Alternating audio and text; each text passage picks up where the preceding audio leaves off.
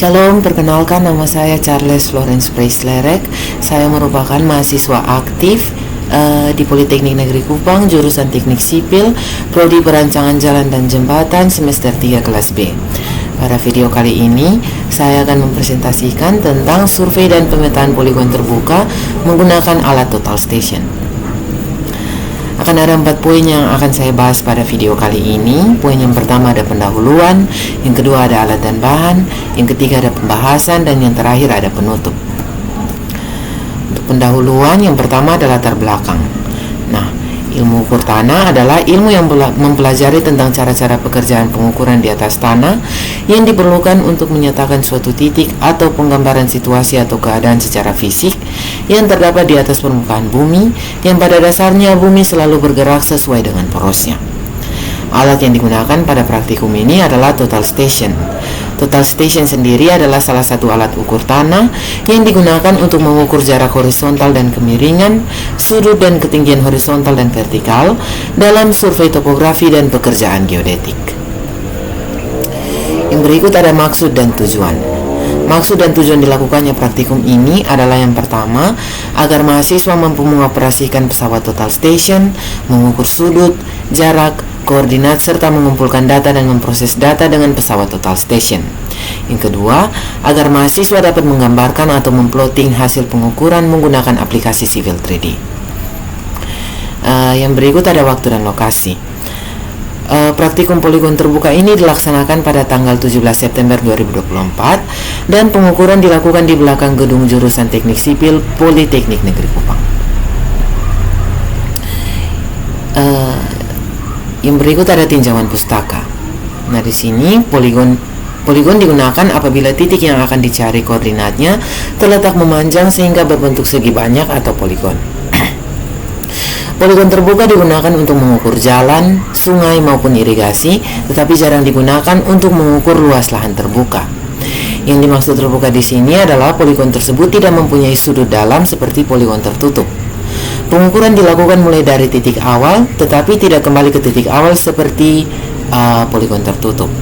Nah, poligon terbuka sendiri terbagi menjadi 2, yaitu poligon terbuka terikat sempurna dan poligon terbuka tidak terikat sempurna. Poin yang berikut ada alat dan bahan. Nah, peralatan yang digunakan di lapangan untuk melakukan pengukuran ada berbagai macam, yaitu yang pertama ada total station dengan merek ES102, yang kedua ada statif atau tripod, yang ketiga ada stick untuk prisma poligon atau prisma detail, yang keempat ada prisma detail dan prisma poligon, yang kelima ada payung, yang keenam ada palu, yang ketujuh ada meter tangan dan meter roll, yang ke-8 ada GPS, yang ke-9 ada kompas, yang ke-10 ada handphone, dan yang terakhir ada alat tulis. Sedangkan untuk bahan yang digunakan, yang pertama ada paku, yang kedua ada pilox, dan yang terakhir ada buku. Poin yang ketiga untuk pembahasan, yang pertama ada langkah praktikum.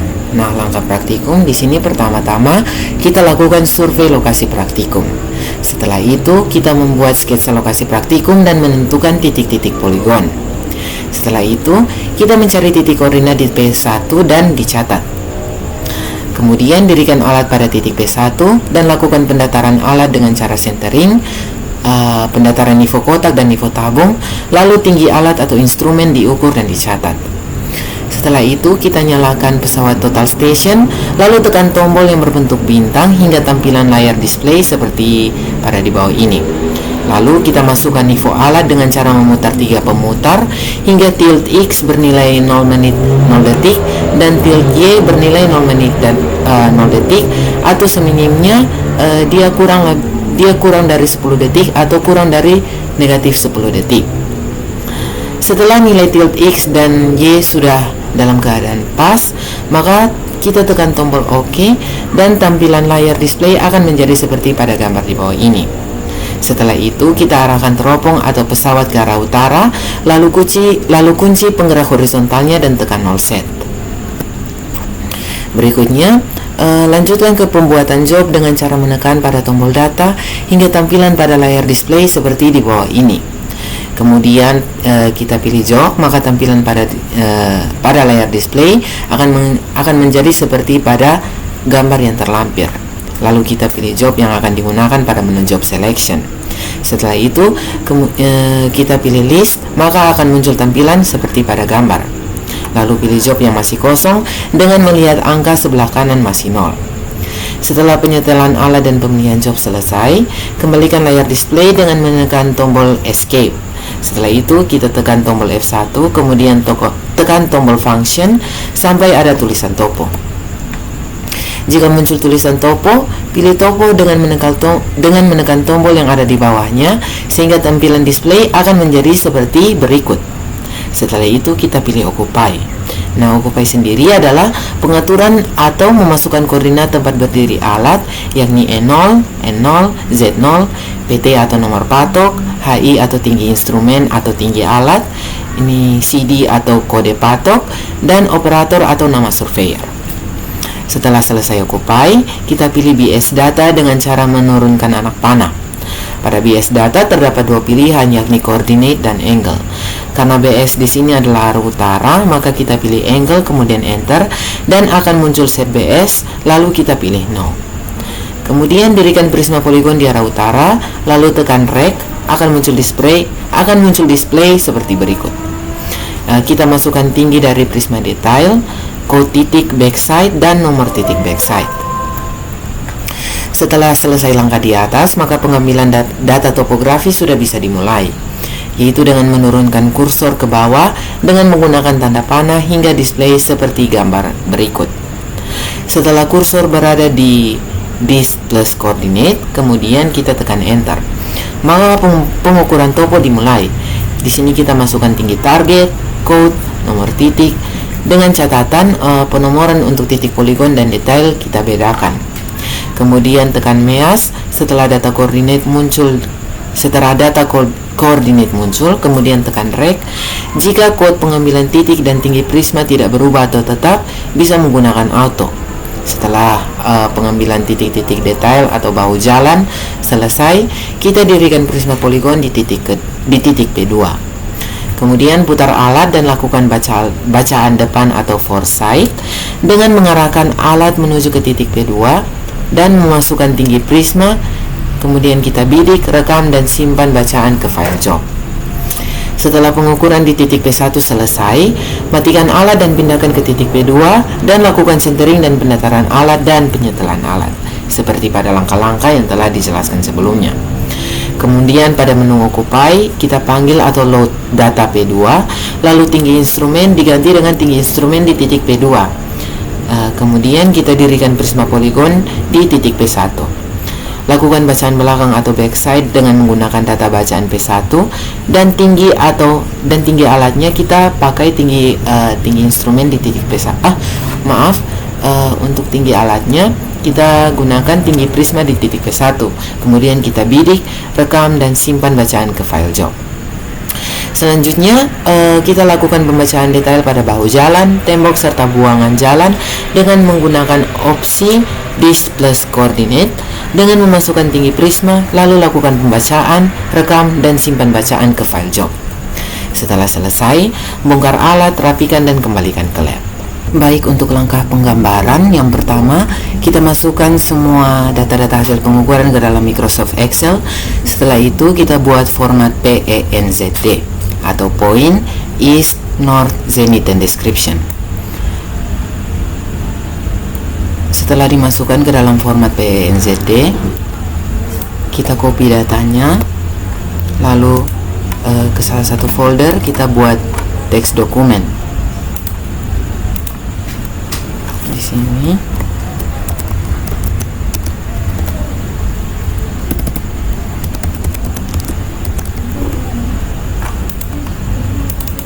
setelah itu kita pastikan lalu di save. Lalu kita buka Civil 3D Matrix, kemudian pada menu Home di bagian Point kita ke Point Creation Tools, lalu ke bagian Import Point. Setelah itu pada tanda plus yang berwarna hijau ini kita pilih data yang tadi telah kita buat. Di sini kita select file notepad-nya, Lalu di bagian specify point file format, kita pilih PENZD space delimited. Setelah itu oke. Di sini kita akan melakukan zoom extension dengan mengetik ZE lalu enter. Nah, setelah itu kita Ctrl A, lalu di bagian point group properties, di sini pada point label style kita ubah ke description only, lalu diedit agar tampilannya tidak tumpang tindih.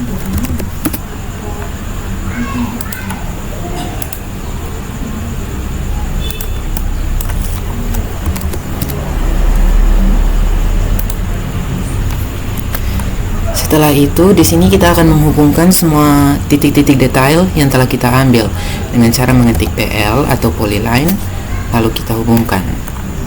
Di sini mulai dari detail badan jalan terlebih dahulu.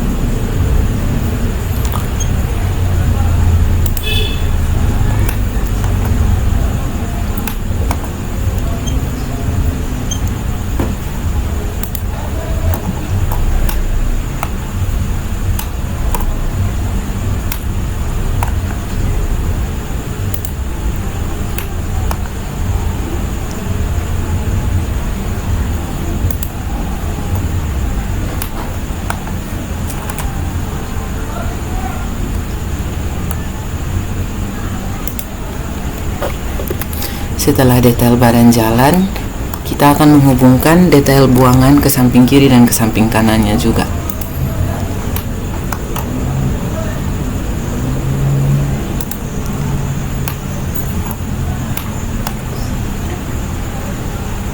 Ke sini. Bagian yang tengah.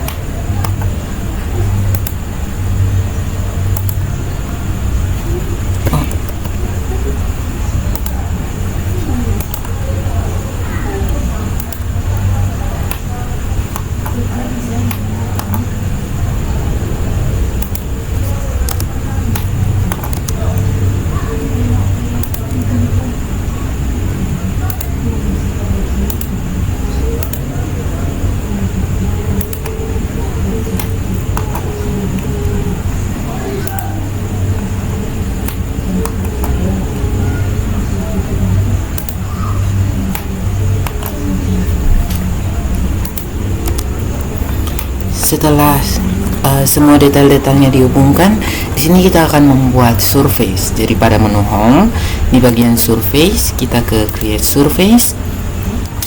Lalu di sini di bagian stylenya saya memilih contours and triangles. Oke. Setelah itu oke. Lalu pada menu modify di bagian surface, lalu kita ke add data, ke point groups, lalu di bagian all point dan oke. Nah, di sini kita akan menghapus garis-garis di bagian tempat yang tidak kita ambil datanya.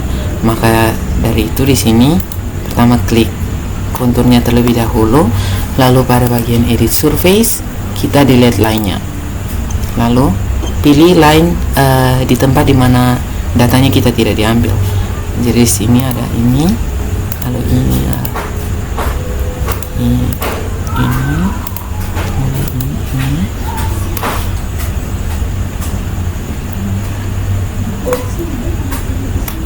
Oke, itu saja.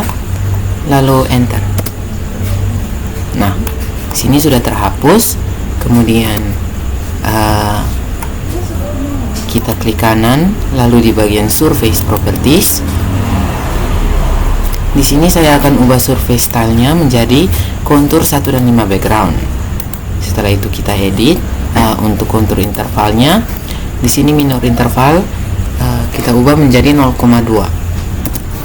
Setelah itu untuk kontur smoothing kita ubah false menjadi true. Lalu oke. Nah, di sini sudah berubah. Lalu di sini kita akan plot untuk bagian printnya atau save. Di bagian menu layout 1 klik kanan, lalu ke from template, lalu di bagian netbooks kita pilih saja yang paling atas, lalu open. Oke. Setelah itu di bagian sini kita ketik viewports untuk memindahkan modelnya ke dalam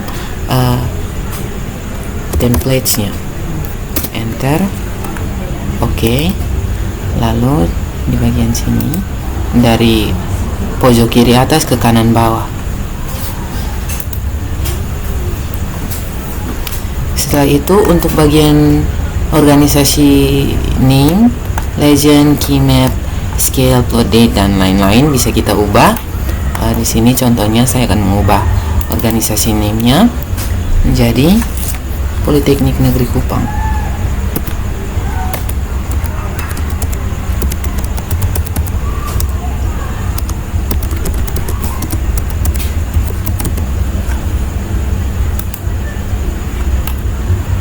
Kemudian untuk scale-nya karena di bagian model scale-nya adalah 1:1000, maka kita isi di sini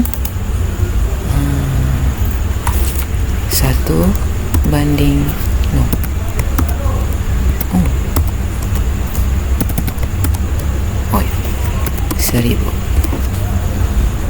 Untuk plot date dapat kita isi plot untuk hari ini tanggal 23 November. Jadi 23/11/2024. Setelah itu untuk sheet number di sini saya akan mengisi kelompok kami, kelompok pertama. Oke. Lalu untuk file name saya kasih nama Polygon terbuka. Oke, lalu untuk export dapat dilakukan dengan cara mengetik export PDF,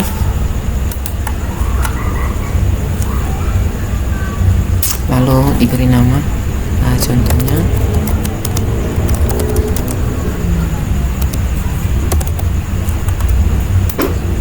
oke, selesai. Poin yang berikut ada kendala dan masalah.